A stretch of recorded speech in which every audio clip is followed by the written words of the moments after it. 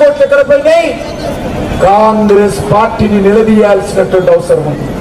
అంతేకాదు ఈరోజు మరి బీఆర్ఎస్ పార్టీ అధికారంలో 10 సంవత్సరాలు ఉండింది. ఉదయం లేస్తే సాయంకాలం వరకు కేసీఆర్ ఊదరగొట్టాడు. ఏమని? డబుల్ బెడ్రూమ్ ఇస్తా, డబుల్ బెడ్రూమ్ ఇస్తా, డబుల్ బెడ్రూమ్ ఇస్తా. ఏ ఒక్కరికి కూడా ఈరోజు డబుల్ బెడ్రూమ్ ఇవ్వలేదు.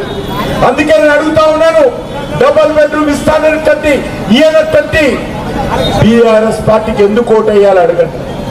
ఈరోజు జూబ్లీ హిల్స్ లో కోతులు పట్టే రోడ్లు కనిపించడానికి కారణము మొట్టమొదట దోషి బీఆర్ఎస్ పార్టీ, రెండవ దోషి కాంగ్రెస్ పార్టీ.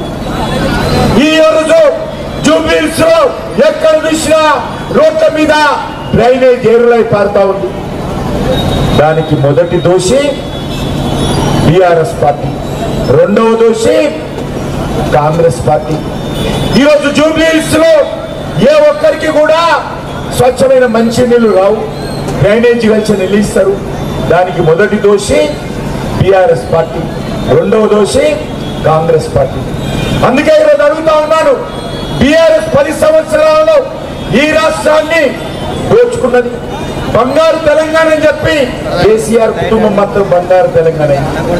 ఏ ఒక్క ఉద్యోగం భర్తీ చేయలేదు, ఒక టీచర్ ఉద్యోగం భర్తీ చేయలేదు. అంతేకాదు కేసీఆర్ హయాంలో విపరీతమైనటువంటి అవినీతి తాండవించి కేసీఆర్ కుటుంబము ఈ తెలంగాణను దోచుకున్నారు. తెలంగాణ ప్రజలందరూ కూడా మా కుటుంబానికి బానిసలుగా ఉండాలి.